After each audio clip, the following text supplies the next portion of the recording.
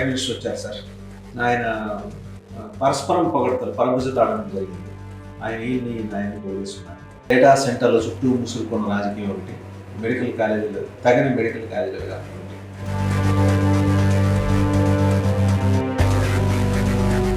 ఉదయలేపన ఆంధ్రప్రదేశ్లో 1,26,000 కోట్ల రూపాయలు బడ్జెట్. ప్రపంచం అంతా ఎక్కడే విశాఖపట్నం చూస్తుంది.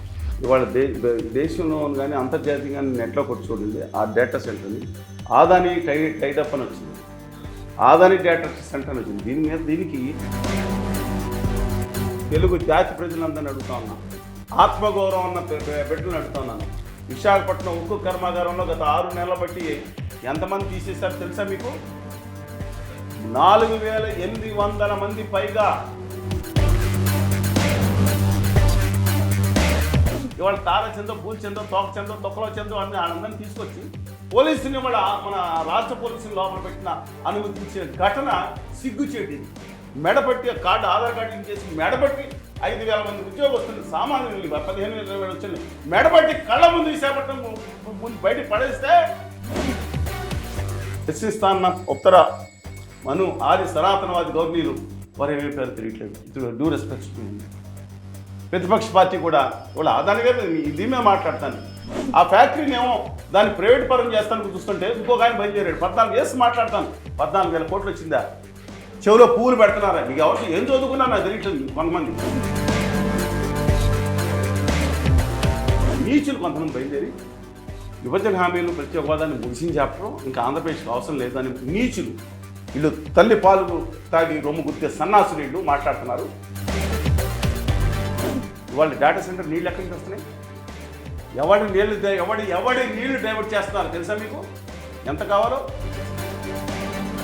అంటే మీరు చాలా జాగ్రత్తగా అనుసంధానం చేస్తారు. డేటా సెంటర్ ద్వారా వస్తాయి భావిస్తున్న ఉద్యోగానికి ఆల్రెడీ కోల్పోయిన 6,000 ఉద్యోగానికి మీరు మా స్వడబ్బా పరడబ్బా ఇద్దరం కలిసి పరస్పర డబ్బా కొట్టుకున్నాం. ఇవాళ కొత్తగా తీసుకొచ్చారు. ఇది కొత్త లైన్లు ఇంకొక 21,000 కోట్లు కేంద్ర ప్రభుత్వం ఒప్పుకుంది, రాష్ట్ర ప్రభుత్వం ఖర్చు పెడుతుంది. రాయలసీమలో పెట్టిన ఆదాని గారి ఫ్యాక్టరీ కోసం ఉత్తరాంధ్రకు అనుసంధానం చేయాలి ఆదాని డేటా సెంటర్కి. దీనికి వేలాది ఎకరాలు, లక్షల ఎకరాల భూములు ఇచ్చారు కదా బ్యాచ్కి. అనుసంధానం చేయడానికి రాష్ట్ర ప్రభుత్వంతో డబ్బులు ఖర్చు.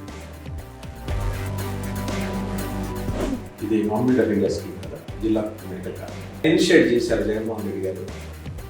17 సరే కరోనా వల్ల డిలే అవ్వడం, ఒక 5 కంప్లీట్ అని 2 కంప్లీట్ అవ్వకుండా అయింది. ఒక గౌరవ ముఖ్యమంత్రి గారితో తప్పుడు సమాచారం చూపించారు. ఏం కట్టాడు కాలేజీ అని ఆయనతో మాట్లాడించారు వీడియో.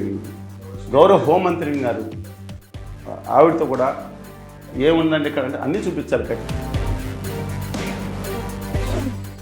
జగన్మోహన్ రెడ్డి గారు ఏం చేశారు? ఆయన నెక్స్ట్ అంటే 2019 తర్వాత అధికారం ఇచ్చారు. జిల్లాలు వేశారు. ముందు 25 జిల్లాల కింద 20 జిల్లాల కింద చేసుకుని ఏ జిల్లాల్లో కళాశాల లేదో, ఇప్పుడు మేము మా పశ్చిమ గోదావరి జిల్లాలో ఒక ప్రభుత్వ మెడికల్ కళాశాల లేదనుకునే వాళ్ళ ఉమ్మడిలో ఇవాళ ఆల్రెడీ ఏలూరు ప్రభుత్వ కళాశాలను అనుబంధంగా చేసి కళాశాల కట్టేయి స్టార్ట్ అవటం 4వ సెమిస్టర్ బ్యాచ్ నుంచి. జగన్మోహన్ రెడ్డి గారు ప్రైవేటైజ్ చేయలేదని ప్రచారం కాదండి. ప్రభుత్వ కళాశాలలో మొట్టమొదటిగా ప్రైవేట్ సీట్లకు అమ్ముకునే అనుమతించింది కూడా జగన్మోహన్ రెడ్డి గారు. నేను చెప్పింది స్వతంత్ర అభిప్రాయాలు ఎడిట్ చేయకుండా కూడా తప్పనిసరిగా